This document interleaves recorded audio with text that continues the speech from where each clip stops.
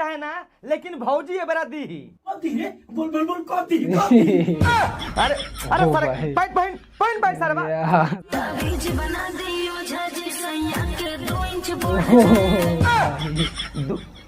दो इंच बढ़ जाए क्या हो रहा एकर है? मतलब का भैया का भी बहुत छोट बना। अरे भौजी जब हमारा वाला तारा भातरा में जोड़ा जाइनू तो खाली फान के चढ़बे ना करी, लड़ाओ पे पेल के टांग ले। हेलो फ्रेंड, एक नया वीडियो में आपका फिर से स्वागत है। भाई आज का वीडियो आप लोगों को पूरा इंटरटेनमेंट करने वाला है, क्योंकि आ गया है क्रेजी भाई का वीडियो। हाँ जी, बहुत मजेदार वीडियो है भाई। अगर वीडियो आप लोगों को थोड़ा सा मुस्कुराहट करता देता है तो भाई वीडियो को कर दीजिएगा लाइक, चैनल को सब्सक्राइब कर लीजिएगा। भाई वीडियो का टाइटल है सोनी मोनी छिनार। हाँ जी, बहुत गजब का टाइटल है, तो भाई वीडियो भी पूरा गजब का है। तो भाई वीडियो को पूरा जरूर देख लीजिएगा, बहुत मजा आने वाला है आज का वीडियो में। अगर भाई वीडियो आप लोगों को थोड़ा सा मुस्कुराहट देता है तो भाई वीडियो को लाइक भी कर दीजिएगा। भाई वीडियो का लिंक आपको डिस्क्रिप्शन में मिल जाएगा। तो भाई चलते हैं वीडियो में आगे। देखो भाई बहुत मजेदार वीडियो है भाई लोग। उम्मीद करते हैं कि सबको अच्छा बोलो और हर में साथ क्या बात है भाई लोग। आज की वीडियो नु कुछ ज्यादा गाना फार ओ भाई और कुछ ज्यादा लाड़ फार खेला बात यही से कहते हैं कि वीडियो के शुरू से अंत तक तो हम लोग जरूर देखियो। और भाई लोग ये वीडियो के लास्ट में तो हम लोग के बहुत ही इंपॉर्टेंट एगो बात कहला बनी अपन कैमरामैन से रिलेटेड। तो ये वीडियो के शुरू से अंत तक जरूर क्या बात है भाई, जरूर देखिए लो भाई पूरा वीडियो जरूर देखे, बहुत मजा आने वाला है। मुंह कलाण तक करे वीडियो लगाओ।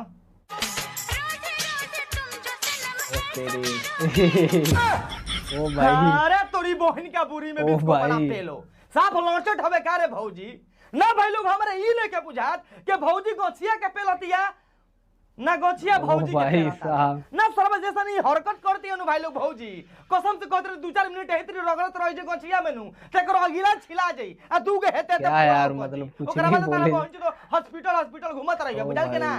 तार बहन के चोदो वाली पेल नाम का मुंह देबू हो। ओ भाई ओहो अरे कैमरामैन ई तो भौजी कूदत या रे। अच्छा एगो बात बताओ, भौजी जैसे कूदल हिया नीचवा एगो बांस के खूंटी रही त का भई रही रे यार? ज्यादा कुछ ना बोल रही, गणिया में घुस गई रही, ऑपरेशन करावे का पड़ रही। क्या बात है यार।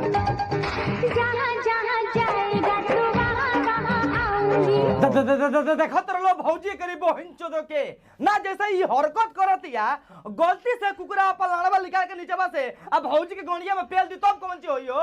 तब तो भौजी ओ भाई ओ यार सही कहले है। खाली होवे ना करी कैमरामैन छेरियो दिहनी करे पहुंचे दो ब्लडो निकले लागी बाबा सिरो हो जाई आ कुल मिला के बाद मर जी भौजी कहे से के इतना बड़ रहेला ना कैमरामैन छरावा। हां कब पेलवेले बड़े का कुकुर के तोर पता बारे सारवा भाग सारे यार। मजाक को नहीं सारे क्या यार ओ भाई।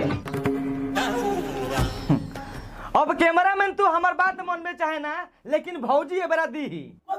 बोल बोल बोल कौन दी अरे अरे सर पैंट पहन पैंट सरवा हमले के थोड़ा ना दी ही रे हाई कुकुरा के दी ही।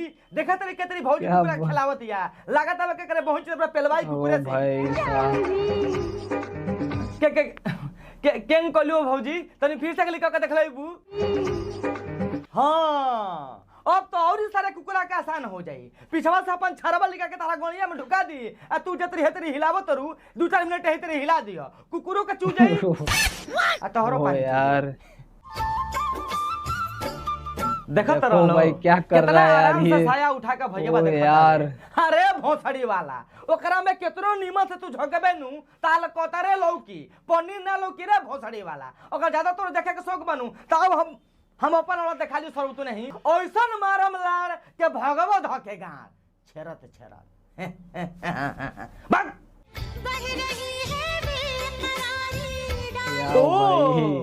धंधा चलोता में ना। क्या कर रहा है यार ये लोग, मतलब वीडियो बना रहा है क्या कर रहा है? कोई रुपया टिप मतलब को रुपया भौजी तरह से मांगती है।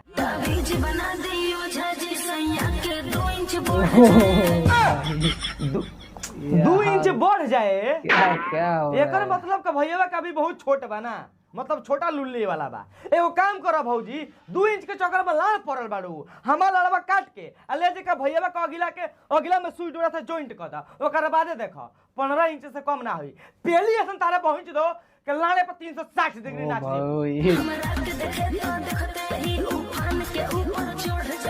अरे भौजी जब हमारा वाला तारा भातरा में जोड़ा जाइनू तो खाली फान के चढ़बे ना करी, लड़ाओ पर पेल के टांग ले, गाछी उछी पर चढ़ा दे, ठीक नू, पेल कलर पर से छानी पर गाछी उछी पर फेंक दे ना सरवा, माथा खराब कर रखले बड़ा करे बोहन चोदो रे सरवा।